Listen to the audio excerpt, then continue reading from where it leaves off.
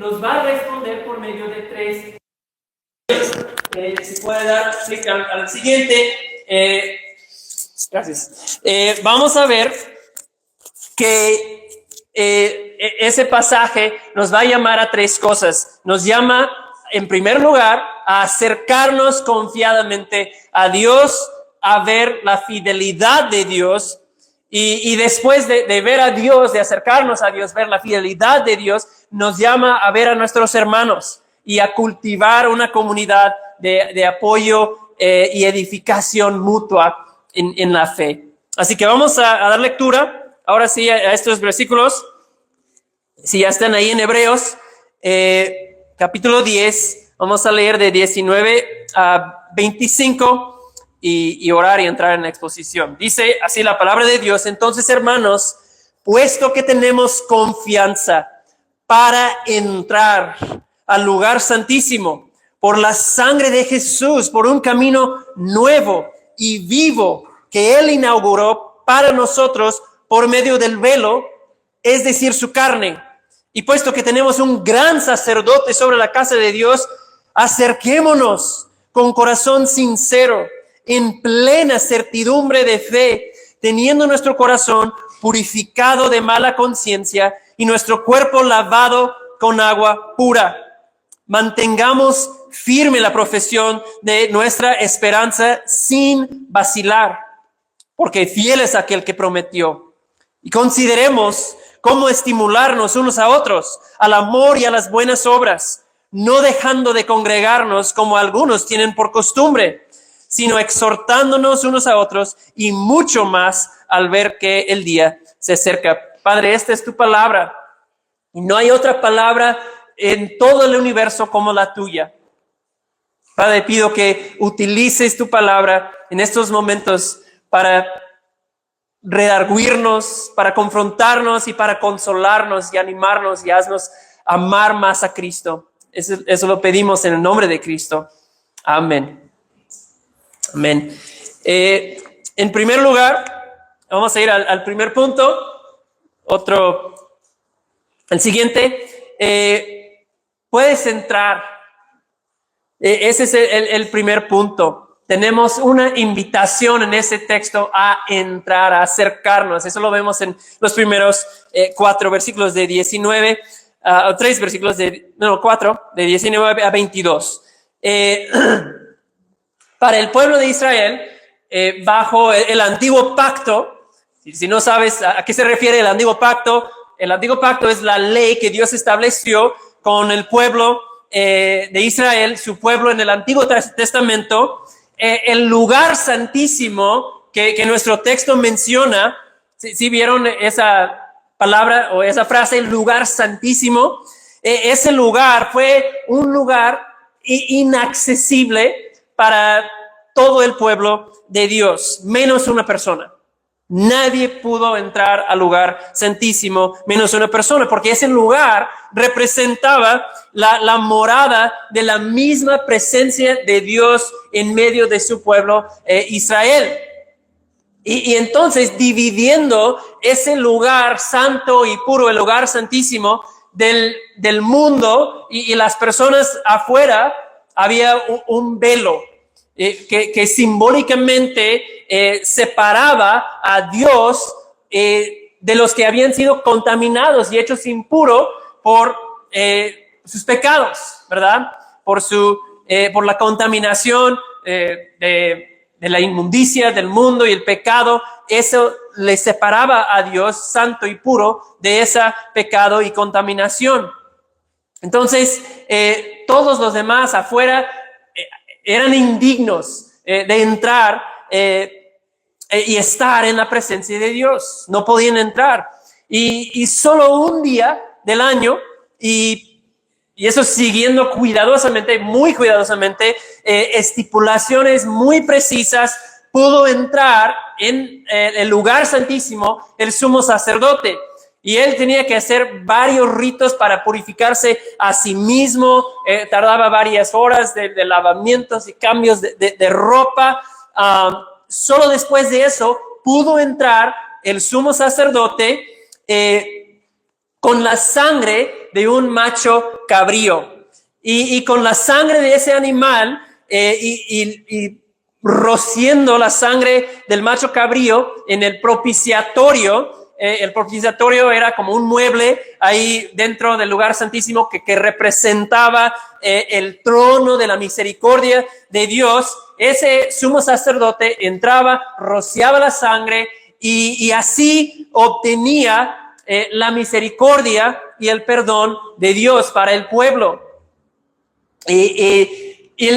La imagen de lo que sucede ahí es que ellos, el pueblo, merecían el destino del animal, del macho cabrío, ¿verdad? Ese animal había muerto, había derramado su sangre, pero como el animal murió en lugar de ellos, Dios cubrió su culpa de ellos, su pecado de ellos, y les extendió su misericordia a su pueblo un año más. Entonces, con el cumplir de ese rito, ellos podían nuevamente, aunque de manera temporal, en el pueblo tener cierta paz, sabiendo que ellos ya tenían el perdón y la presencia de Dios estaría entre ellos un año más. Pero todo eso fue un proceso difícil, era un proceso sumamente exigente. Únicamente lo pudo realizar el sumo sacerdote y ya se dice que tenían tanto miedo de que se equivocara dentro del lugar santísimo y muriera en la presencia de Dios que le amarraban una cuerda que iba arrastrando. Por si se muriera adentro, lo podrían sacarlo arrastrando. Entonces, era sumamente difícil acceso a la presencia de Dios, un proceso sangriento que duraba muchas horas y cada año se tenía que realizar nuevamente. Pero lo que nos está diciendo el autor de Hebreos en este texto es algo inédito, algo nuevo, algo sorprendente, que lo que antes era sumamente difícil, acceso a Dios era sumamente limitado, ahora un cambio enorme ha ocurrido. Y ahora dice que hay entrada a la misericordia, a la presencia de Dios. Algo nuevo ha comenzado. Ahora somos invitados a entrar. En vez de un velo que separa ese lugar santo y puro, ahora el lugar está abierto, hay entrada y invitación. Dice que somos invitados a entrar con confianza, ¿sí? Algo que antes era impensable. Entrar en el lugar santísimo, no, imposible. Pero ahora sí, el autor nos extiende esa invitación. Yo no sé si puedes pensar en un lugar donde entras con confianza.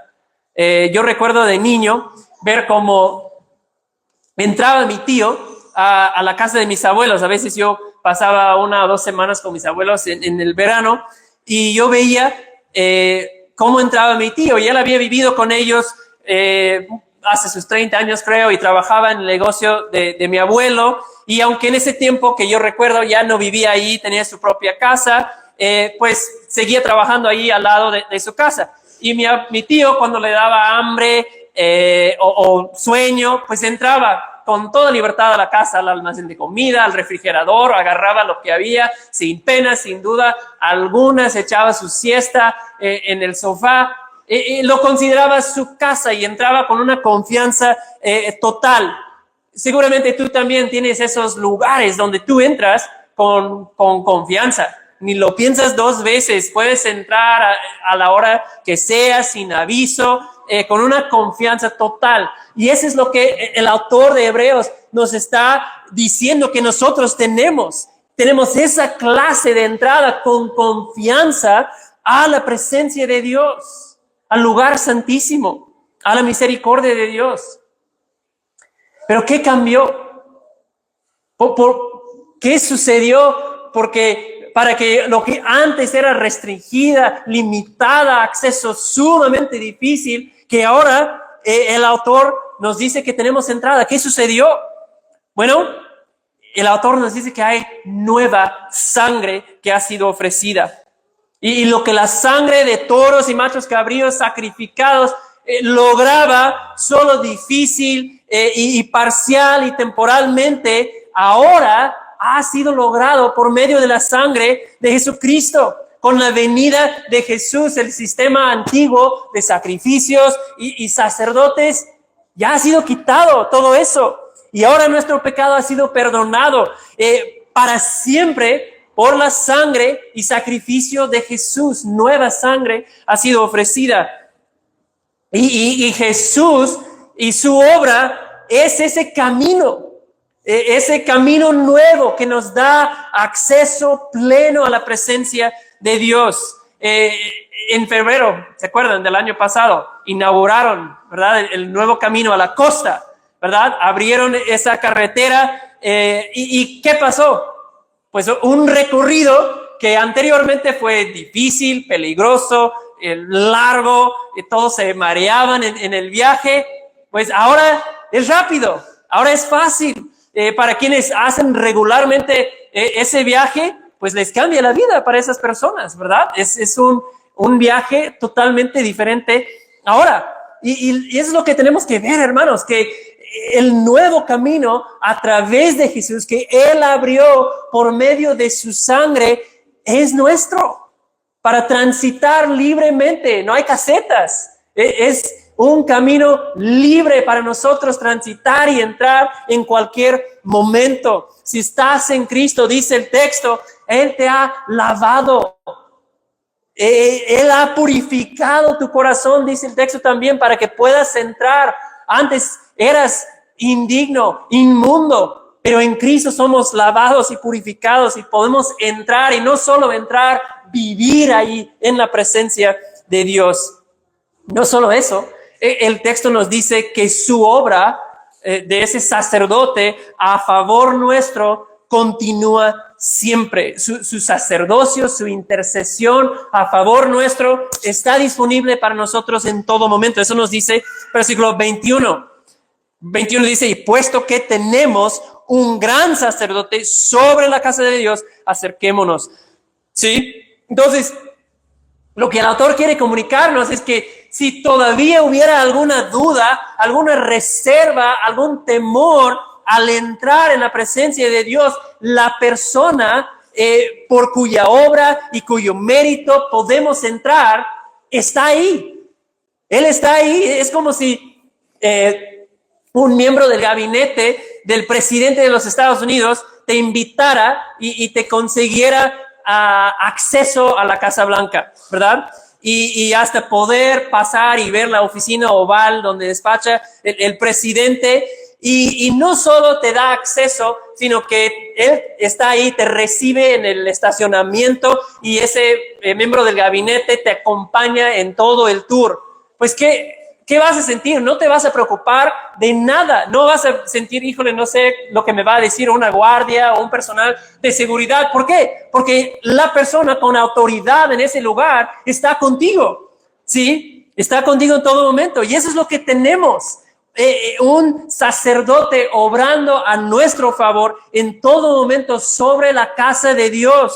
Jesucristo, nuestro Salvador. Por ende, ¿cuál es la exhortación del texto? Acerquémonos. En Cristo nada te limita. No hay excusa para no acercarse a Dios. Entren con confianza a comunión con el Dios Todopoderoso. Porque hemos sido purificados por la sangre de Cristo. En Cristo somos aceptables. En Cristo somos purificados. En Él somos presentables ahora para entrar y vivir en la misma presencia de nuestro Creador. ¿Saben que fuimos creados para eso? Creados para vivir en la presencia de Dios, vivir en relación con Dios. Para eso fuimos creados. El ser humano fue creado con ese propósito y jamás va a sentir pleno y satisfecho hasta que viva en la presencia de Dios. Siempre estará buscando otra cosa para llenar ese vacío, porque fuimos creados para vivir en la presencia de Dios y en relación con Dios. Esa es la verdadera vida. Pero ¿qué pasó? Cuando entró el pecado en Edén e infectó toda la raza humana, esa posibilidad de vivir en la presencia de Dios se perdió. porque Dios es santo. Por eso el velo separaba a Dios, ese lugar santo y puro, de la inmundicia del pueblo y la pecaminosidad del pueblo. Dios es santo, Dios es separado de todo aquello que sea pecaminoso. Pero el autor de Hebreos nos está diciendo aquí que lo que se perdió en Edén, la posibilidad de vivir en la presencia de Dios, nuevamente es posible. Y entonces yo te quiero preguntar, hermano, esta mañana, ¿sientes esa clase de confianza para acercarse a Dios? ¿La misma clase de confianza con que entras en tu casa? ¿O sientes de repente cierto miedo de Dios? Temor de lo que pueda pensar de ti y tus fallas. Ese pecado de la semana pasada que todavía te está afligiendo, te limita de acercarte a Dios. La vida que has llevado te da temor de acercarse a Dios. Es que muchas veces hemos oído esa voz de condenación, hemos sentido vergüenza por nuestras fallas y el enemigo viene y te dice, ¿ves? Tú dices que sigues a Jesús, pero no es cierto, tú sigues siendo la misma persona que antes. No, no supuestamente ya cambiaste, pero mírate, sigues igual que antes. Dios es santo y puro y tú sigues siendo impuro y sucio. Olvídate de acercarte a Dios así como estás. ¿Te ha dicho eso el enemigo? Y hermanos, si creemos nosotros que nuestra entrada a la presencia de Dios depende de mí, siempre dudaremos, siempre temeremos para acercarnos, pero la gloria de este texto es que nuestra entrada, nuestro acceso a la presencia de Dios no depende de mí. No depende de mi conocimiento, no depende de mi comportamiento, no depende de mi estado de ánimo. Nuestro derecho de entrar depende de la sangre de Cristo. Y por ende, tú no tienes que mirar ni un minuto más a tu propia suficiencia o quedarte fijando en tus fallas, en tus carencias. Puedes cobrar ánimo y obtener confianza al mirar a la suficiencia de Cristo. Es su obra, es su obediencia, es la sangre de Jesús que nos da derecho de acercarnos a Dios. Entonces, quiero preguntarte, ¿estás entrando? ¿Estás acercándote? ¿Estás haciendo caso a la invitación del autor? Entrando por medio de ingerir la palabra de Dios, acercando a través de la oración consistente, ferviente. Estás acercando a Dios a través del arrepentimiento y confesión de pecados, entrando a través de la adoración, acercándose a Dios al acercarse a su pueblo. Estando en comunión con el pueblo de Dios. Todos esos son actividades de acercamiento, hermanos, que debemos estar practicando para acercarnos a Dios y vivir en su presencia. ¿Sí? Entonces, yo creo que ahora, este primer domingo de 2025, es un buen momento para evaluarnos a nosotros mismos. ¿Dónde estoy? ¿Estoy acercando a Dios? A través de esas actividades de acercamiento, ¿sí? Vamos a evaluarnos, mirar el año pasado, mirar a lo que queremos lograr en este año, ¿sí? Y comprometernos. Quiero invitarnos a que nos comprometamos nuevamente a entrar y acercarnos a Dios por medio de Cristo y por medio de esas actividades de acercamiento en 2025. En segundo lugar, vamos al siguiente, firmes en aquel que es fiel. Eso lo vemos en versículo 23. Mantengamos firme la profesión de nuestra esperanza sin vacilar, porque fiel es aquel que prometió. Y esa segunda exhortación del texto es un llamado a mantener nuestra confesión. La Reina Valera dice nuestra profesión, ¿sí? A guardarla, a mantener cuidadosamente y firmemente nuestra profesión. Algo firme es algo que no se dobla fácilmente. Algo firme es algo que mantiene su forma original. Me hace pensar en las guardias británicas. A lo mejor has visto fotos de ellos. No sé si son guardias del rey o reina o del palacio ahí, pero siempre están afuera y mantienen rígido, ¿verdad? Su forma, firmes siempre. No importa lo que esté pasando alrededor de ellos. Alguien puede acercarse a sacar una selfie con ellos, puede estar lloviendo, puede que personas empiecen a pelear frente a ellos y no se distraen, se mantienen firmes y enfocados, no serán movidos fácilmente. Algo firme es algo que no es vacilante, no es algo cambiante. Y aquí está hablando de un compromiso, pero de acero con la verdad. ¿Sí? Y esa palabra confesión o profesión se refiere al evangelio, se refiere a la doctrina, a las verdades acerca de la obra del Mesías, salvación por medio de él.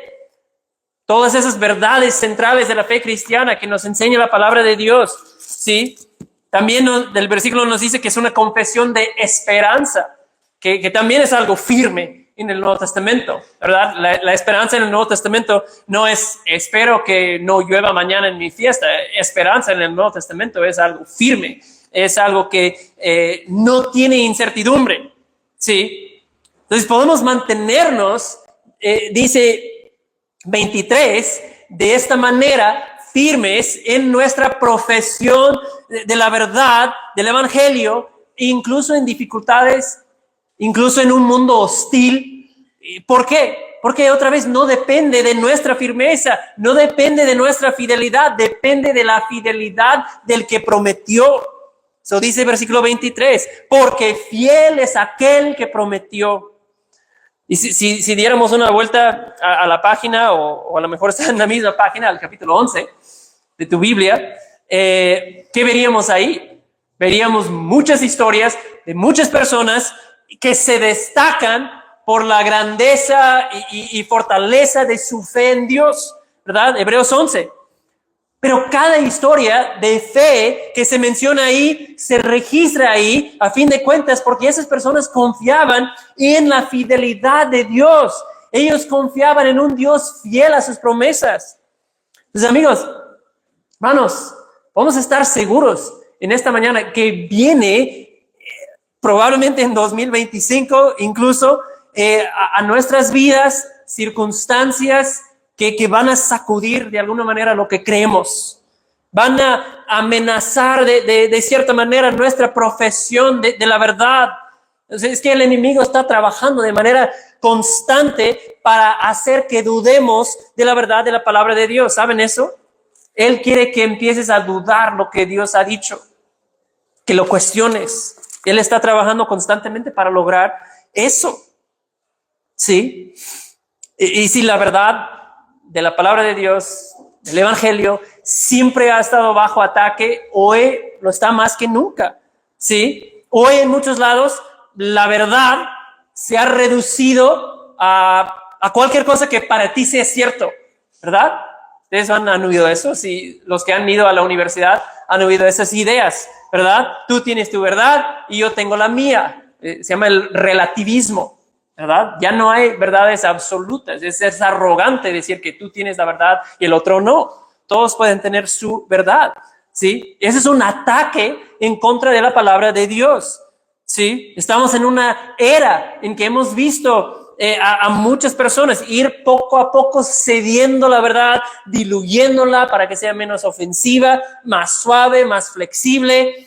Entonces, hermanos, hoy más que nunca requiere valor, ¿verdad? Requiere valor aferrarnos, mantener firme en nuestra profesión de fe y aferrarnos a la verdad de todo lo que Dios nos revela en este libro, de nuestra condición pecaminosa y condenada delante de Dios. Requiere firmeza en una sociedad pluralista, decir que solamente al someter a Jesús como Señor y Salvador hay salvación.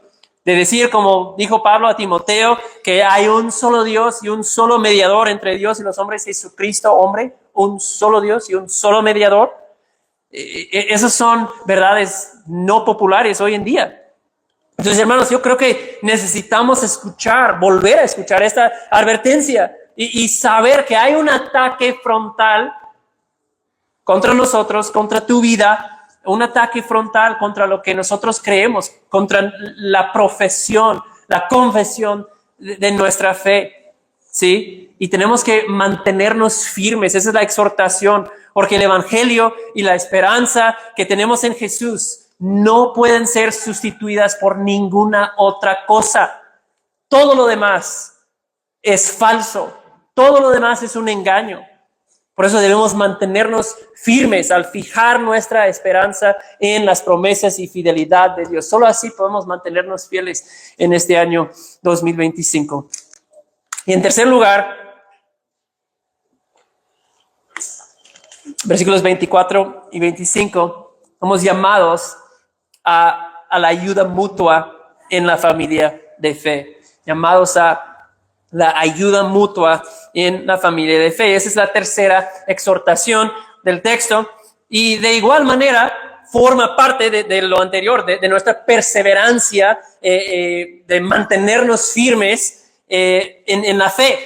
Y porque realmente seguimos hablando de eso, de la perseverancia en la fe. Porque los cristianos a quienes escribió el autor de Hebreos, eso era la tentación de ellos, de abandonar a Cristo y volver a sus antiguos sistemas religiosos, ¿sí? Entonces, si lo anterior que ya hemos visto habla de cómo nosotros somos impulsados por la obra de Jesús y la fidelidad de Dios, aquí, en este último punto, vemos cómo nosotros como hermanos, a nivel horizontal, por así decirlo, nos ayudamos mutuamente a perseverar en fe.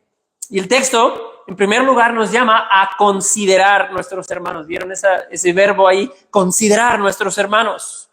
Y creo que se refiere a que estemos atentos a las necesidades, a la condición espiritual de nuestros hermanos. Los consideramos, estamos atentos. No estoy mirando nada más a mí mismo, sino que estoy considerando a otro, atento a su condición espiritual. Si regresamos a 3:13, el mismo libro de Hebreos, capítulo 3, versículo 13, dice una exhortación muy parecida del autor. Dice, exhórtense los unos a los otros cada día, mientras todavía se dice hoy, no sea que alguno de ustedes sea endurecido por el engaño del pecado.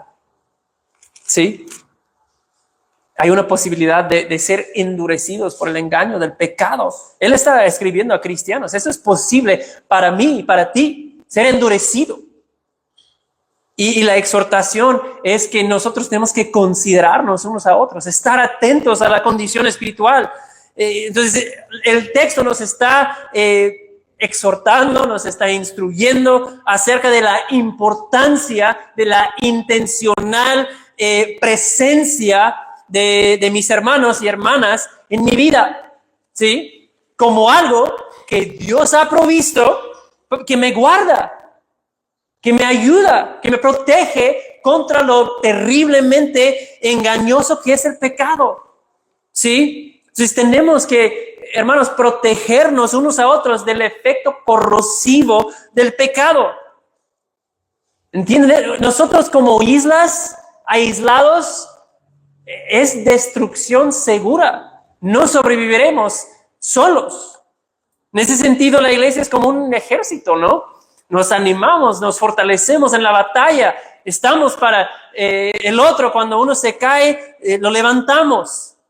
Debemos considerarnos unos a otros y estimularnos al amor y a las buenas obras, ¿no? La exhortación es como que mi postura, mi mentalidad hacia mi hermano debe ser uno de estímulo, donde procuro constantemente con mis interacciones con mis hermanos, con mis hermanas, que pueda estar echando leña, en el buen sentido, ¿no? Alimentando ese fuego espiritual de mi hermano, de mi hermana, animándolo con mi vida, con mi ejemplo, con compartir una palabra de verdad, con actos de servicio. Hemos de considerarnos unos a otros. Y el texto nos dice cómo ocurre eso. Solo ocurre, nos instruye el autor, si nos reunimos de manera constante. Esa es la última exhortación que forma parte del mismo punto. Dice, no debemos dejar de congregarnos. ¿Sí? Esa es la frase más favorita de los pastores, no dejen de congregarse. Pero es sumamente importante, vamos a ver por qué. No sé si ustedes se acuerdan, cuando en la pandemia tuvimos que dejar de congregarnos un tiempo. Lo vivimos en carne propia, algo de lo que pasa cuando dejamos de congregarnos. Y aunque pues dimos mensajes por Zoom y otras cosas, no es lo mismo, ¿sí?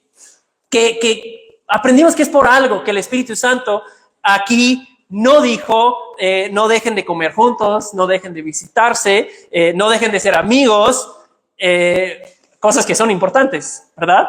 Debemos seguir haciendo eso, sino que lo que quiso enfatizar el Espíritu Santo fue eso, no dejando de congregarnos, ¿sí? Y eso nos recuerda que la iglesia es un poco como un equipo deportivo. Se requiere de todo el equipo presente para ganar, para que triunfemos.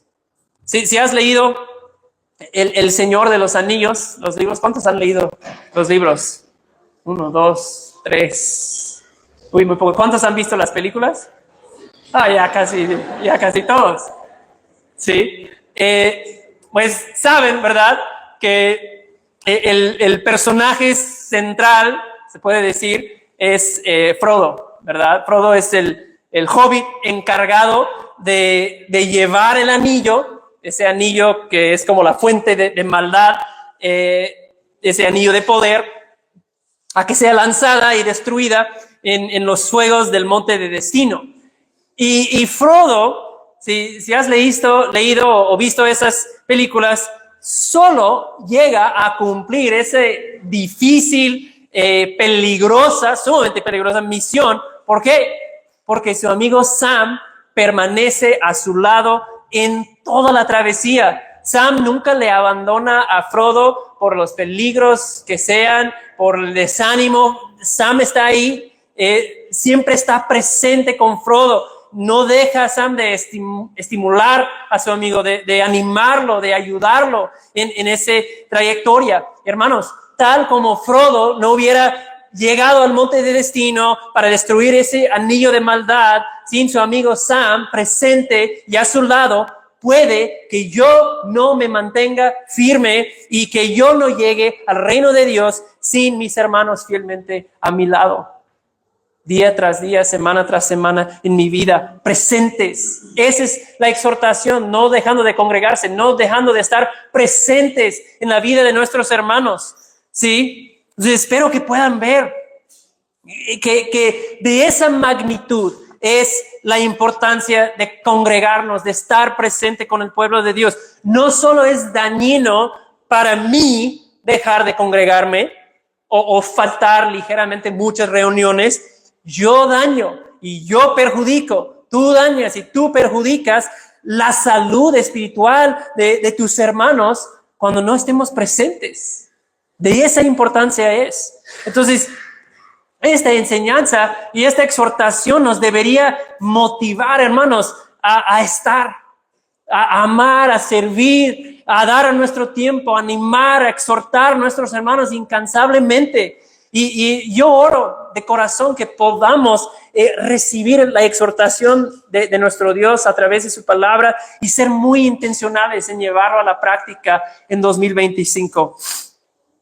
Un pastor dijo esto, dijo, ve a la iglesia, no te quedes en casa cuando no tengas ganas.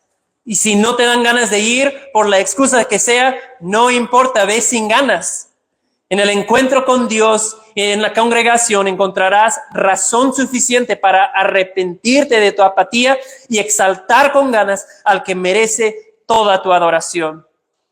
Así que recuerda, hermano, hermana, que cuando vas a la reunión de oración, de un estudio entre semana, hermana, cuando vas a la reunión de mujeres, o asistes simplemente fielmente domingo tras domingo, debes entender que quizás no hemos dimensionado el impacto que estamos teniendo, que tú puedes estar teniendo con ese simple acto de obediencia en la vida de otra persona. Tu presencia y tu fidelidad está ayudando a tu hermano a perseverar en la fe. Le estás ayudando día con día, semana con semana, a prepararse para el día final. Entonces, congregarnos y estar presentes no es cosa mínima. En conclusión, ¿qué hemos visto? Pues hemos visto que Dios ha hecho gran provisión para que podamos mantenernos fieles a Cristo. La fidelidad de Cristo es lo que nos mantiene firmes en la fe, firmes en la profesión de la verdad. Pero yo quiero que también recuerden que nosotros tenemos un enemigo. Y ese enemigo va a atacar, va a oponerse en cada punto que hemos visto hoy. Yo he visto a personas hacerse un daño enorme porque paulatinamente empezaron a descuidar su asistencia, dejaron de priorizar a sus hermanos y de estar con la familia de fe. ¿Y qué pasa? Quedaron expuestos, quedaron desprotegidos a los ataques del enemigo y cayeron algunos. Entonces, quiero invitarnos, hermanos, a que sigamos fieles en nuestra profesión de fe en Cristo, firmes en nuestra profesión de la verdad de su palabra y también comprometidos con nuestros hermanos. Algo, otra vez, tan simple como congregarnos fielmente semana tras semana tiene un efecto tan poderoso en nuestras vidas. Sí, Dios sabe. Por eso la exhortación que solos no podemos terminar la carrera. Y que exaltemos hoy a Cristo, volviendo a donde empezamos. Él ha abierto camino nuevo para nosotros podamos entrar y vivir en la misma presencia de Dios. Entonces, quiero animarte, no te quedes fuera. Acércate, entra, no esperes para entrar.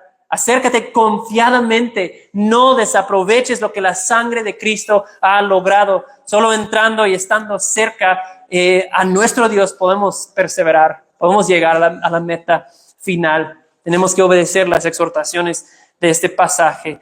Y termino diciendo eso: si estás aquí y nunca has entrado por medio de la sangre de Jesús, nunca has reconocido tu necesidad de un Salvador y confiado en Cristo, quiero decirte que ese camino está abierto para ti también. La invitación a acercarse es para ti también. Solo tienes que doblar la rodilla a Jesús, rendirse a Él, confiar únicamente en Jesús y pasarás de muerte a vida eterna. Ven a Jesús. Vamos a orar. Padre, muchas gracias por tu palabra. Gracias por esta invitación a vida en la presencia de Dios. Queremos vivir 2025 en la presencia de nuestro Dios. Gracias por Cristo que ha abierto camino nuevo.